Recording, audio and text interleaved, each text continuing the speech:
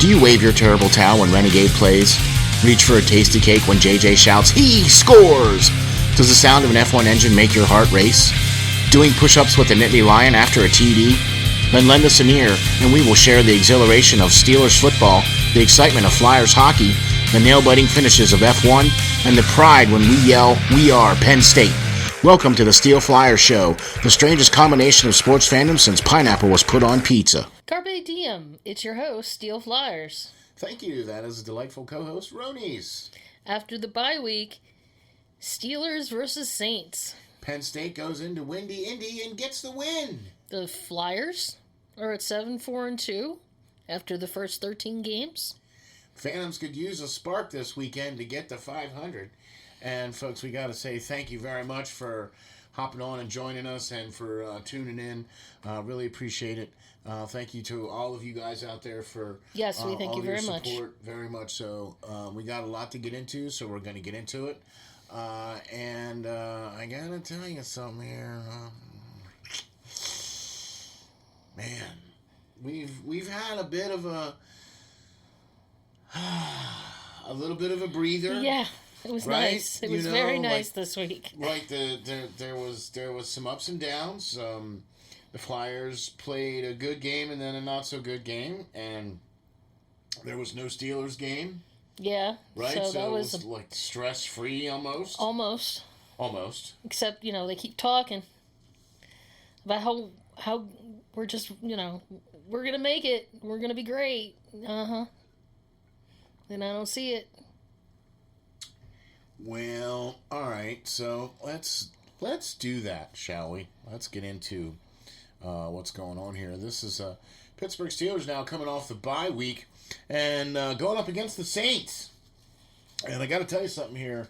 The Saints are a little bit banged up front. Their leading cornerback is going to be on the shelf. So I mean, we might be able to score some points. So you're telling me there's a chance? Yes, a very small, infinitesimal chance. Right, but however small and infinitesimal, it's still a chance. Honey? Yes. There's a chance that the sun will not come up tomorrow. But you know what? That's true. It's gonna come up tomorrow. I'm sorry, I'm being very negative. I'll stop. No, in fact, I think that's what I'm going to call the episode. So you think there's a chance. Right, season 2, episode 14. What do you think? Okay. Coming off the bye week, the Saints are a little bit banged up, especially on the defensive line and some offensive line players as well. Their center, their guard, and their tackles.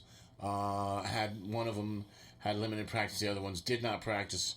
That was the injury report on Wednesday, as of this recording being on Friday now. So, I think with the return of TJ, that's a big deal. That's a huge. I mean, nobody's really saying anything about that. Quietly, he's coming off the shelf now. Look. He may not be ready yet. I mean, so like that, yeah, when we talked about that on the 5-Star Matchup radio show that we do on Wednesday nights on the 5-Star Matchup channel, right around 6 o'clock-ish. You say Wednesday night? Wednesday night, yeah, 6 o'clock-ish Eastern time-ish. Yeah, 5-Star Matchup channel. It's also live, yeah. Live, yeah, chat and interaction and everything. Yeah, we talk all things Steelers. But we talked about the fact that Bosworth is now on the shelf. Like our leading scorer. The only consistent scorer on our team. I mean, he's even missed a few this year, too. But still, one of the best scorers on the team. I mean, he's got 40% of the team's points. And the team has only got 123 points for this season.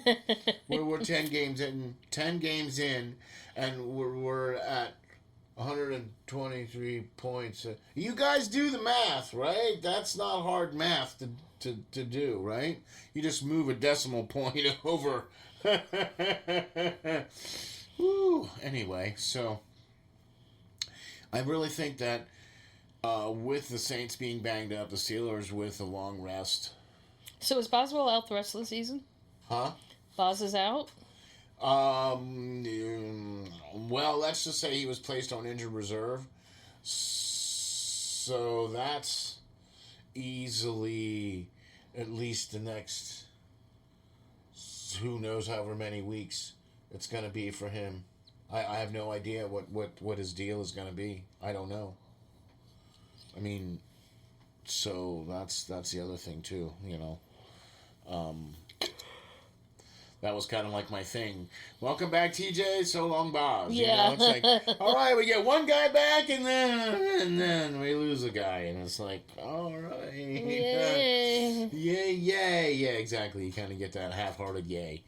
But I think that with this time off, I'm desperately hoping that Kenny Pickett and Mike Tomlin and Safari Hat Matt sit down and Safari Hat.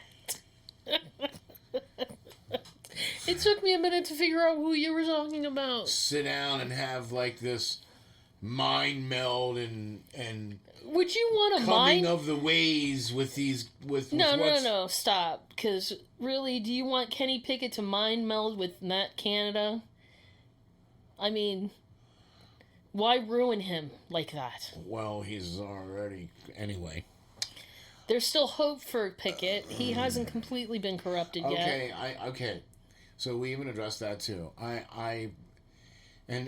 There's a lot of folks saying, oh, he's in a bad situation. You can't really judge Kenny Pickett and things of that nature. And I'm going to say, he is in a bad situation. He's got no offensive line. He's a rookie quarterback with no support. No running game, no offensive line. Right, no real good targets. And you've got an offensive coordinator that's calling ridiculous plays that are getting him thrown to the ground. So, yeah, I'm thinking he's not in the best situation.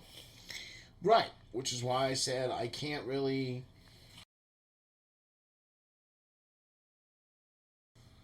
judge Kenny Pickett on his body of work because it's not complete. And yes, I do believe he's been thrown into a unruly mess.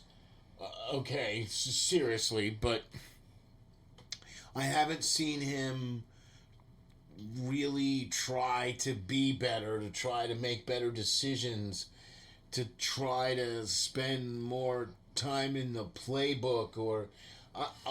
look, I can only go by what I see. Okay. Right? And so this is what I see, where it doesn't look like they're even reading the same book. Matt Canada and Kenny Pickett and the offense and Tomlin and the offensive line coach, the offensive line. I mean, on average, they're averaging 4 to 5 false starts a game. Exactly. They're averaging 3 to 4 illegal man downfield penalties a game. Or illegal formation. Okay, those are 2 to 3 average on those per game. Those are 4 penalties pre-snap or due to either an illegal formation, an illegal man downfield, a false start. Okay, the false start I give is the people on the field. Illegal formation, illegal man downfield. Whose fault is that? So the illegal formation is a coaching fault. Okay. Because you're putting players in a formation that obviously clearly does not follow the rules.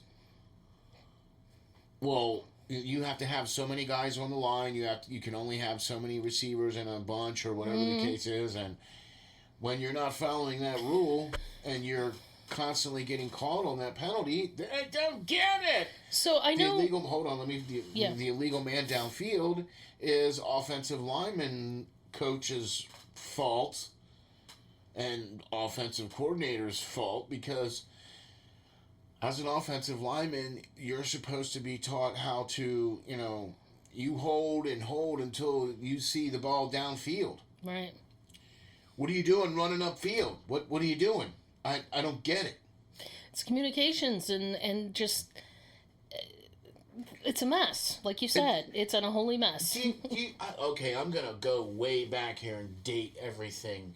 But back in the day, this is even before me, back in the day they used to have this vibrating football game that you could plug in and it would vibrate. And it would just... The little tiny white one with the little buttons and... No.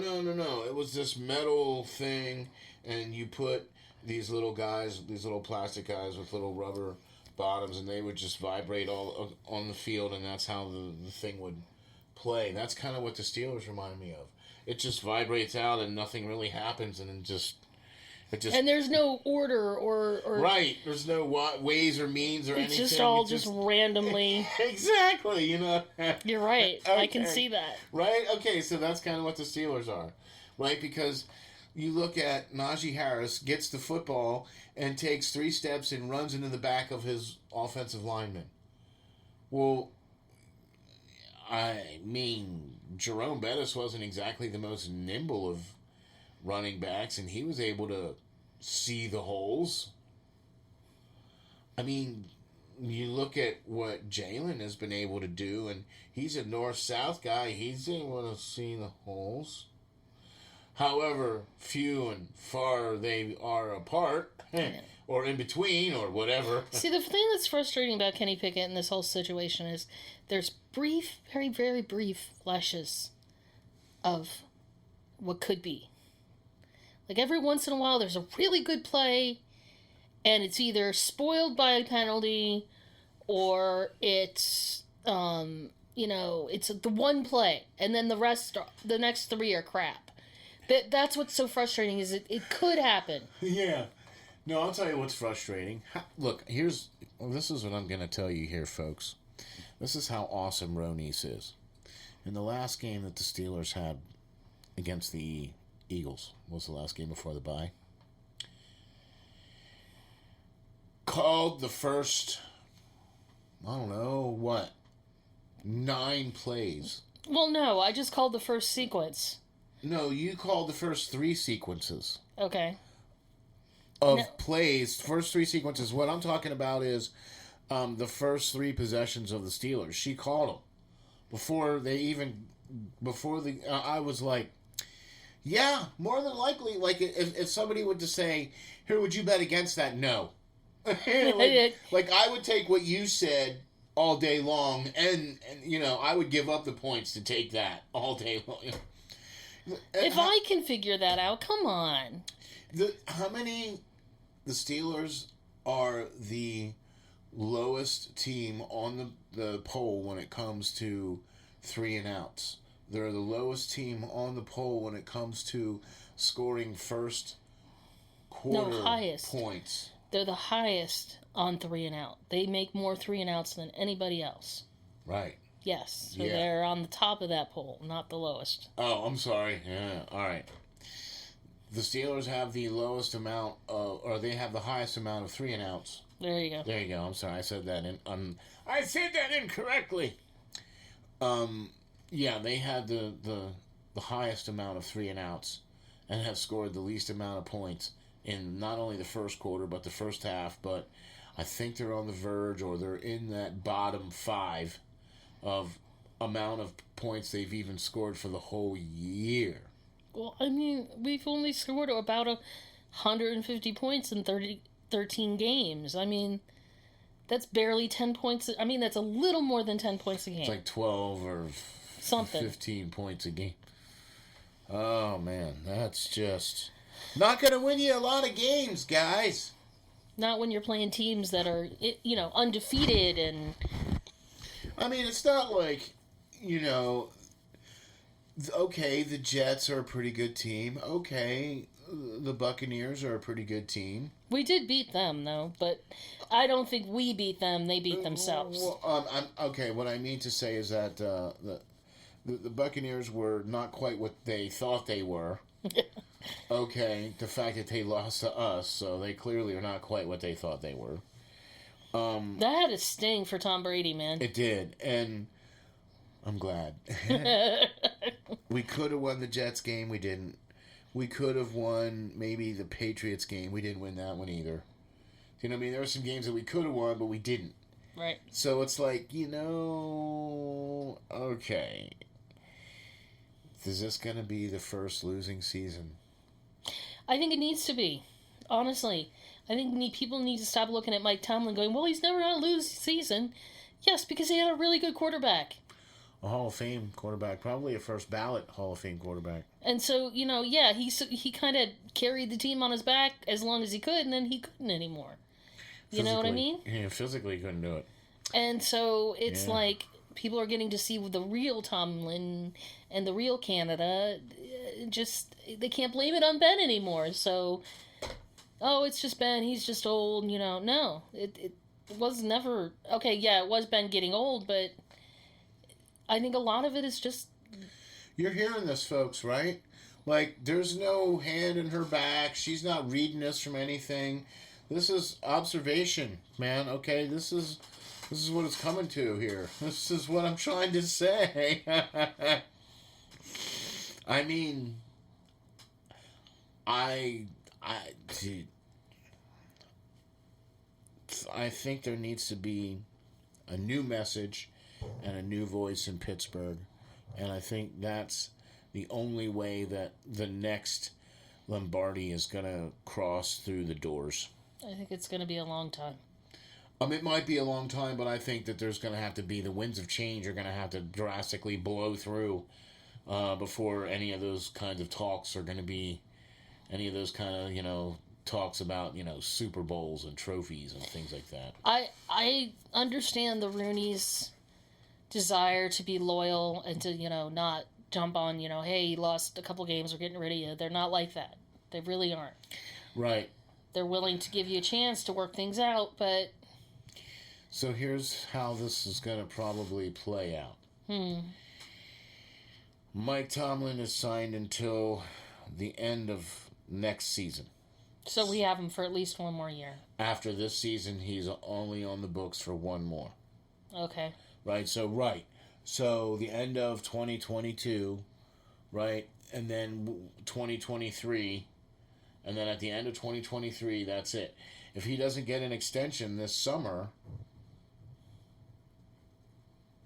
So, okay, let's play what if. Tomlin goes at the end of this season. Who comes in? The team needs to look at somebody that...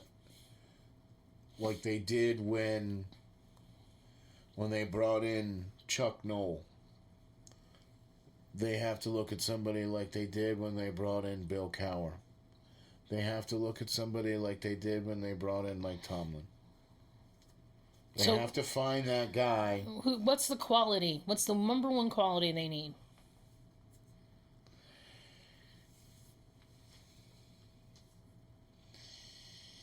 Do you want more of an offensive-minded coach? Do you want more of a defensive, like Tomlin?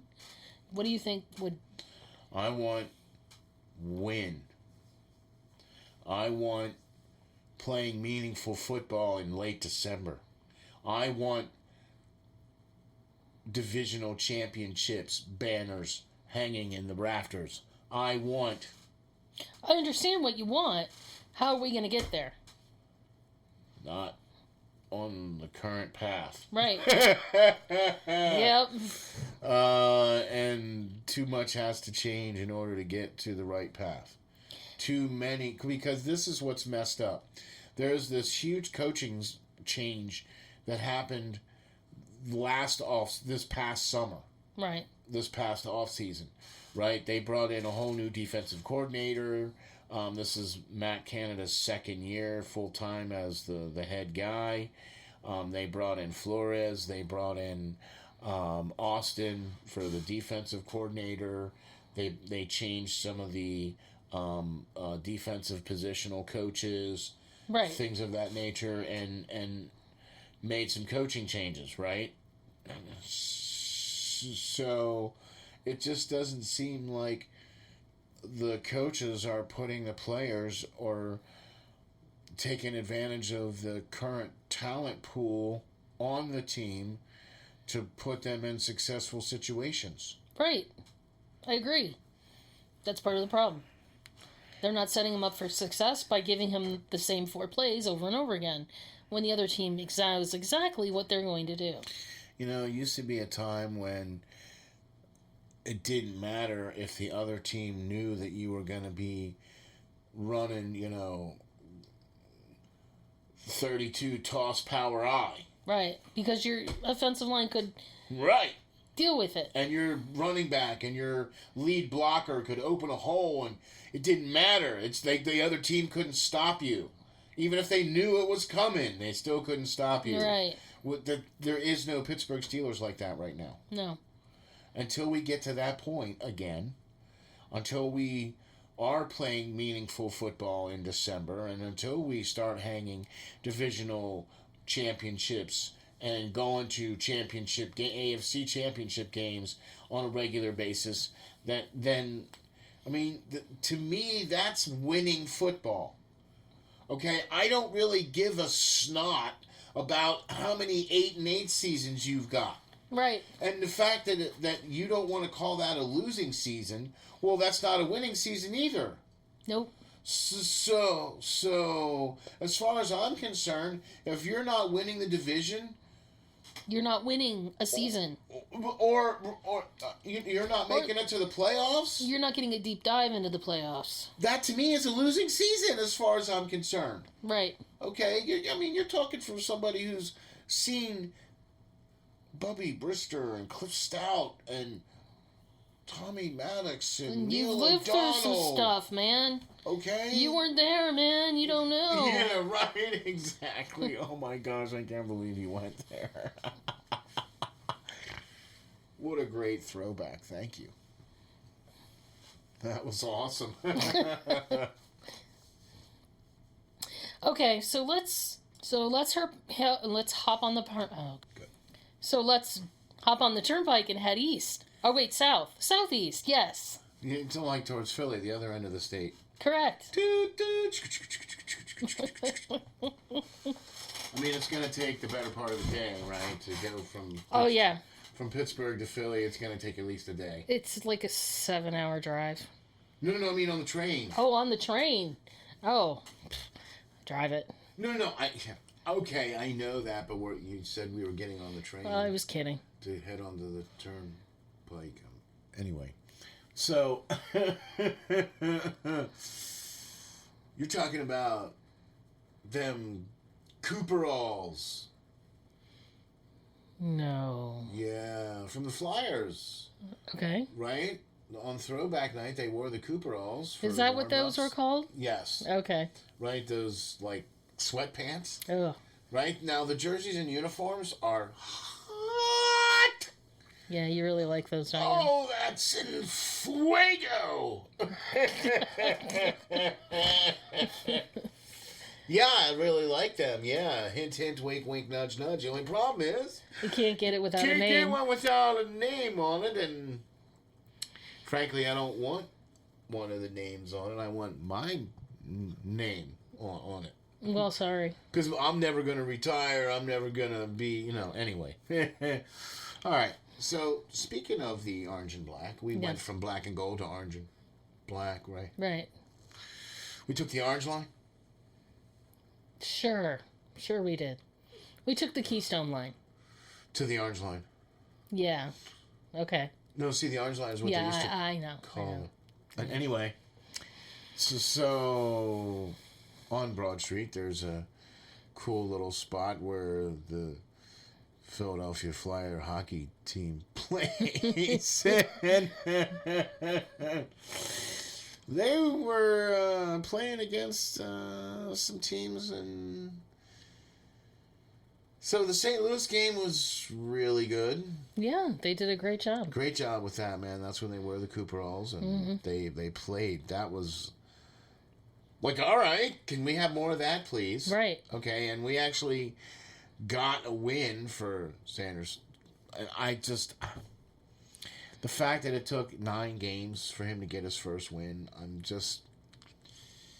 they need to have a backup goaltender that's barely an AHL call-up. Yeah. They just need a backup. You really don't like him. No, and nobody else is any better on the roster, and they need to play Carter Hart like 60 games anyway, and they're not. Right. You know, and he's off to his best start ever. So put him in the net. He plays better the more time he plays, the more games he plays. Because he was in the game that we lost, correct? Yeah. Yeah, because he was off the night before. Right. Yeah, see? I mean, you know, it's like... Okay, but, you know, can we look at the fact that, you know, after 13 games, we're not so horrible. I mean, it's not a bad start. Okay, so let's just... 7-4-2. Right. So here's how you go. You look at the first 10 games. Right. From the Flyers, okay? And after the first 10 games, the Flyers were, quote-unquote, a winning team. Right? They were above 500, so that means they're a winning team. The next benchmark is going to be the 20-game mark. Right. Okay? And they're, you know, fastly approaching the 20-game mark. They're going to probably hit that by Thanksgiving. Ish. Give or take, right? They're 13 games in now, and it's the 11th. Yeah, okay, I can see it. Right? So they only need 7 more games in the next 2 weeks, right? Yeah, that's possible. Yeah, you know, that's highly possible. And speaking of highly possible, SteelFlyers will be at the Black Friday game against the Penguins. Pittsburgh Penguins. We can boo in the presence of all the rest of Yins. Whoops. I guess I said that wrong. No, but like first time I've seen Pittsburgh live since Cindy was a rookie. Mm-hmm. So I'm not really there to see that. I'm hoping that the Flyers can take care of business. I'm really looking forward to that game. I'm really thinking that that's going to be a really nice yardstick because they need to play some of those types of teams which they haven't played yet. They haven't played the Washingtons. They haven't played the Bostons. They haven't played the Penguins yet. They haven't played... They played Tampa Bay, but Tampa Bay's not quite what it was yet. You know what I mean? Then they haven't really played... You know what I'm saying? And they just kind of... Yeah, they've played some teams, but... Let me see you play some of the top-tier teams. Right. Then we'll start talking. Something a little stronger. Yeah, exactly. You know, I'm going to take 7-4-2 all day long after the first 13 games. It was better than you thought it was going to be. Yeah, and it's all... I think it has a lot to do with the Tortorella effect. Yeah. Because I think, you know... Did he sit Ristolainen? I heard something about him not really being happy with him. Yeah, he sat Ristolainen, and then Ristolainen got a little bit of an attitude and came back, and then he's played and has done better since he's gotten sat. Do you know what I mean? And I think guys need to learn that lesson from Tortorella, that this is what your expectations are, and if you're not going to meet those expectations, you're not going to be playing! Right, which, you know, I think the last couple of coaches... tried and then just didn't follow through on. Right. Exactly. And so, and that's why I think the team is playing above expectations, because Tortorella has got these guys driving. Right. Okay, he's got them driving. He's got them with, you know, that will, that want to, that. You know, hey, I want to go out and skate and play better every night because I want to try to... Right. You know what I mean? There's some incentive, I guess, maybe? I heard it on the Broadcasters Roundtable that had Steve Coates and Jason Martinez and Saunders and Jim Jackson. And they said it... I think Coates said it best, where he said that... it's nice to come into the rink now. Mm-hmm. Like there's a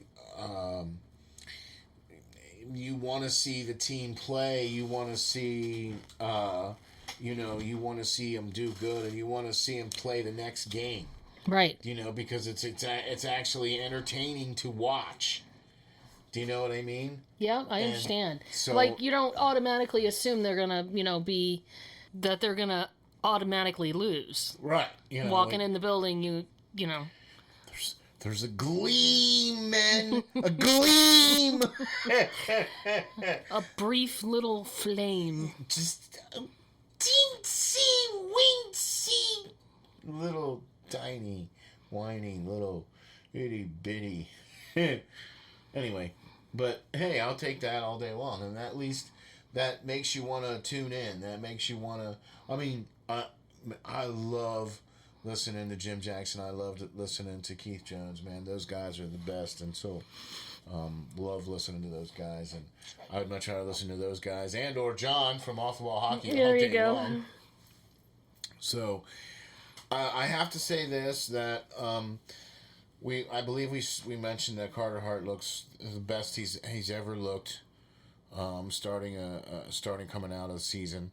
The injuries, oh my gosh, the injuries have been horrible with Couturier, Ellis, and Atkinson now, and then Ristolainen missed some time. And did Atkinson skate with another team recently? No, he skated when they went to Columbus.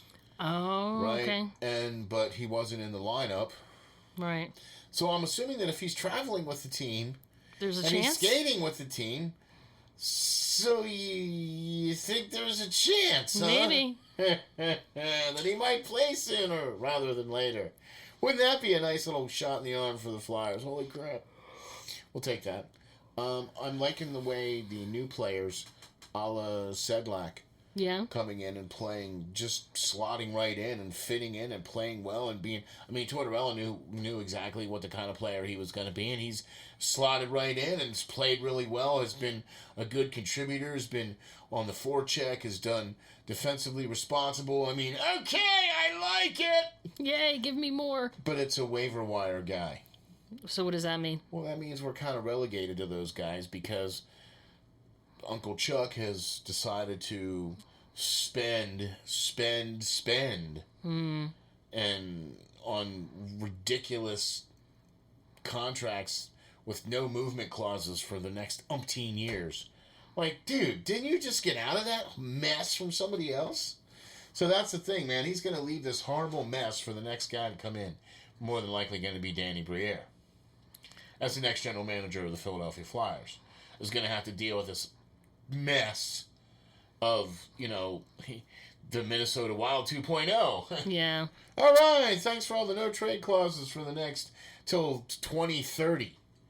Oh. Yeah, I'm not kidding. That is bad. Right? What are you doing?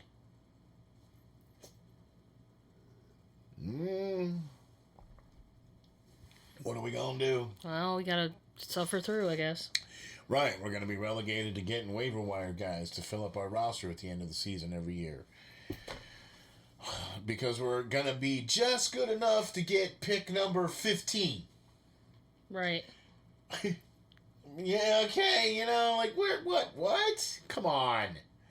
You're going to have to, let's face the facts. This would be a good year to stink it up if you're gonna.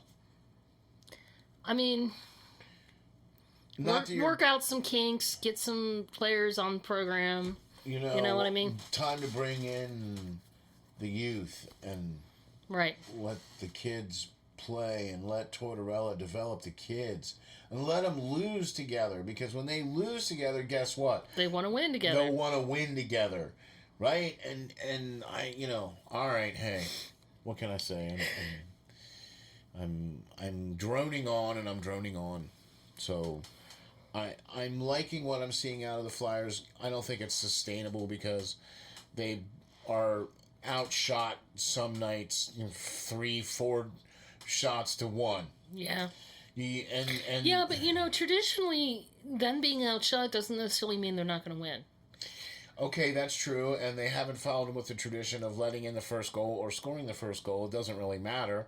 But what I'm trying to say is that when you get outshot like that every single night, and when your team is blocking a much larger percentage of those shots that are... They're going to get tired. And hurt. Yeah. And bones broken and shins broken and feet broken and arms and fingers and... Oh, JVR's out with a broken finger. Yes. No, who got a cut the other day?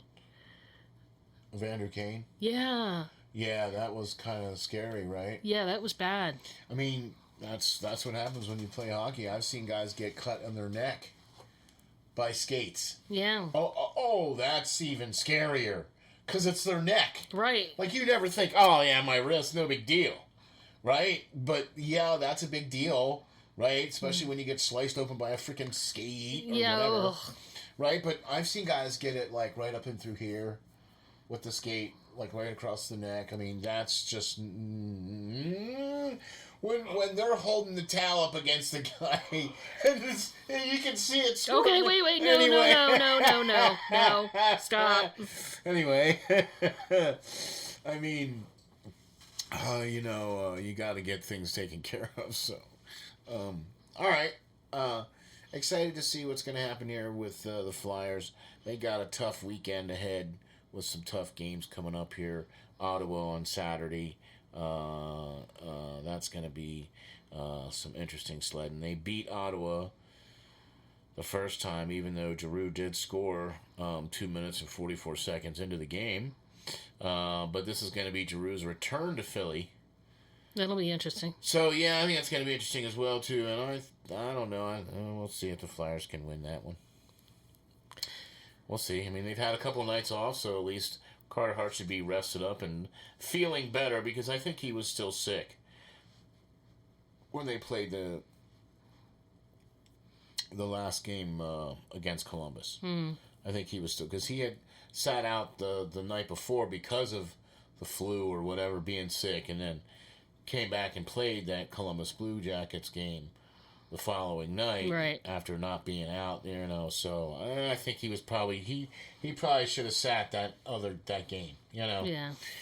Because make up your mind. Play him more, don't play him. Play him more, No, I'm kidding. I'm just kidding. Okay, I mean, when the guy's sick, though, you gotta let him come back in anyway. So, let's talk about something why don't we more positive. Talk about the Flyers, but not the Flyers. Oh, yeah, the Phantom Phacts. Yes. Okay. Gotta tell you something, folks. Their start has been probably the tumultuous start that we were expecting the Flyers to have. Okay. 3-5-1 to start the season. Okay. Been kind of a rocky start. Injuries have also beset. Well, Cam was playing. Cam was injured there for a little minute. And then there's been a lot of shuffling because of the injuries to the Flyers. Right. So there's been a lot of shuffling of guys. In and out. And not playing enough time together. And so 3-5-1 to start the season. I really think having Ian LaPerriere is doing the Phantoms a disservice, because I think that there's some talented young players on the Phantoms that I believe if they were... I just believe there's some talented young players on the Phantoms, and I think that they could be doing a little better than what they are showing right now. Yeah. You know what I mean? But I also believe, too, that the injuries have affected the Phantoms as well, too. Yeah. Where the call-ups and the transactions that have happened between the Flyers and the Phantoms has been... You're never going to know who's on the team. Right, who am I going to play with tonight? I don't know, So that's kind of where they're at, and so that's why it's like... But, Cam York has looked good since coming back from injury. He scored the overtime game winner the other night. So that's a good sign. That is a good sign. So I mean, I'm liking his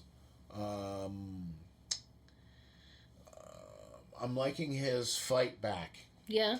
because he admitted that he didn't have a good camp, and Tortorella wasn't impressed with him, and he's now playing down with the Phantoms, and he's doing what he should be doing.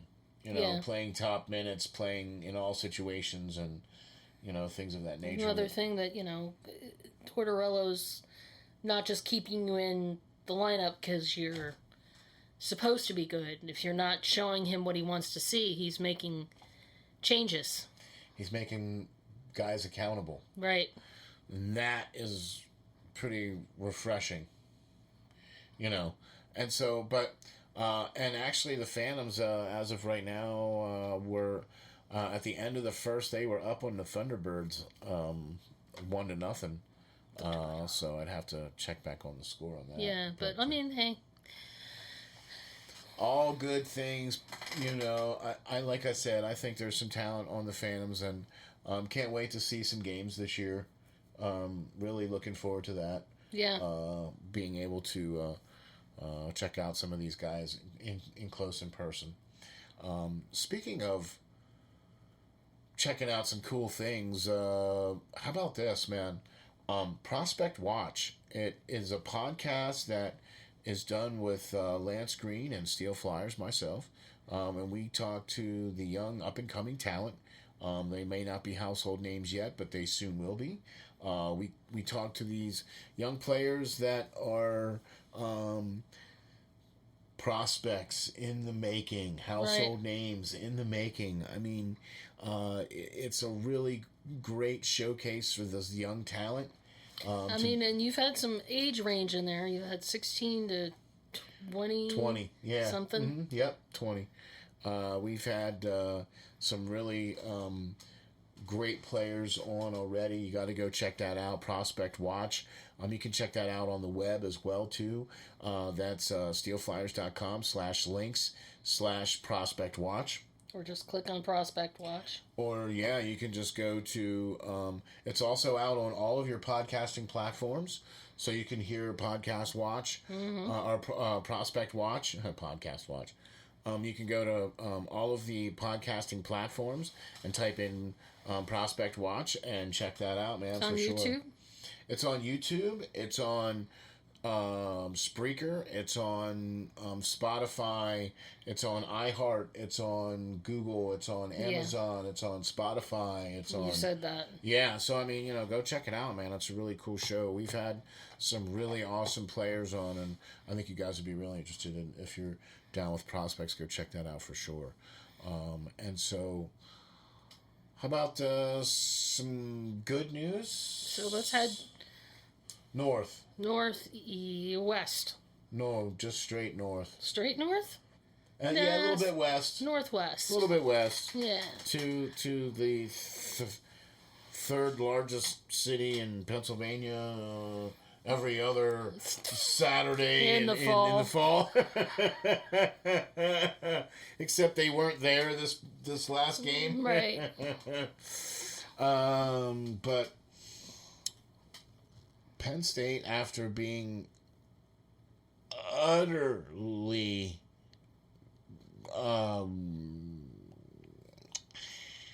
put out to pasture by... No, that's not true. They weren't utterly put out to pasture by Ohio State. No, I mean... that game was pretty close there. The problem was at the end of the game, the last 6 minutes of the game, there was a 28-point swing, and there was 2 pick sixes. Anyway. Can't win if you throw the ball away. I mean, when you get a pick six and that at the end of the game, and you're not able to recover from that, and they are able to take advantage of that, that's going to do you in every single time. And that's what happened. I mean, they played a good game against Ohio State. I felt they held them pretty good. You know what I mean? And they did all right by themselves, but they go into a windy Hoosier field, playing out there in Indianapolis, or Indiana. I'm sorry, Indiana. Right. And that was more like it. Yeah, that was a much more entertaining game on our side. Oh, yeah, gets the victory. The offense played much better. They put up for 45 points. The defense completely shut down the Hoosiers to hold them to 17. They won the turnover battle big time. And here's my whole thing with Penn State this year. Yeah, we know now they're going to a bowl game, but could they put a bid in for a playoff? I don't think so. So there's now, too many teams in front of them. Well, actually, the only teams in front of them are Michigan and Ohio State. Yeah. So there's a possibility that they could get that bid. It would be interesting. If they win out. So they got Maryland this week, and then they got Michigan State is their last game, and then they got Maryland, and I think they got Rutgers in there too. I thought Rutgers was in there too. Yeah, so they got 3 games, Maryland, Rutgers, and Michigan State. They got 3 games left. So if they win out... There's a possibility. So you think there's a chance. There's another one. Right? I mean, I think that's an appropriate name for this episode. I think so. I think so too. And I think there is a chance that if they can win out, there is a possibility that they could. Yeah, I mean, stranger things. They are going to at least go to a bowl game this year, so that's an improvement over last year. That's true. So I mean, you can't go anywhere but up, right? Right. Speaking of going anywhere but up, how about this? You can go to the SteelFlyers.com website and go to the shop and purchase a T-shirt. Ooh, I have one of them. They're spiffy. Right? And they hold up in the wash. Okay? It's a really nice, soft, comfy T-shirt. They're true to size. Go to the SteelFlyers.com website, go to the shop, and pick yourself up a Steel Flyers T-shirt or a Hockey Writers Inc. T-shirt, or by all means pick up a Perlo Wisdom get the Frolic T-shirt, man. Mm-hmm. So for sure, go check that out. Also check out a lot of the new things going on the new website. We got the editor-in-chief, the writer extraordinaire, Lance Green, is now writing for Steel Flyers. Yeah, and he put out an article this week. He did. Oh my gosh. And he's been putting out articles now for the last couple weeks now, and they've been awesome. So you got to go to the SteelFlyers.com website to go check out Lance's latest articles, right? Got to go check out the Hockey Writers Inc. latest show, right? Well, that just dropped today. You got to go check out the new Prospect Watch. That dropped this week also, didn't it? Yep, there was a new one that dropped this week as well, too. Also, the Nittany Report, got to go check that new show out, a new platform out for that as well, too. You're just so busy. I'm here to tell you, man, there's all kinds of stuff going on here at the Steel Flyers All Sports Network. Go check it out. Thank you guys for watching. Really appreciate everybody listening and watching and subscribing. And we really appreciate it. We do. And just remember, folks, stay safe, stay strong, and hang tough.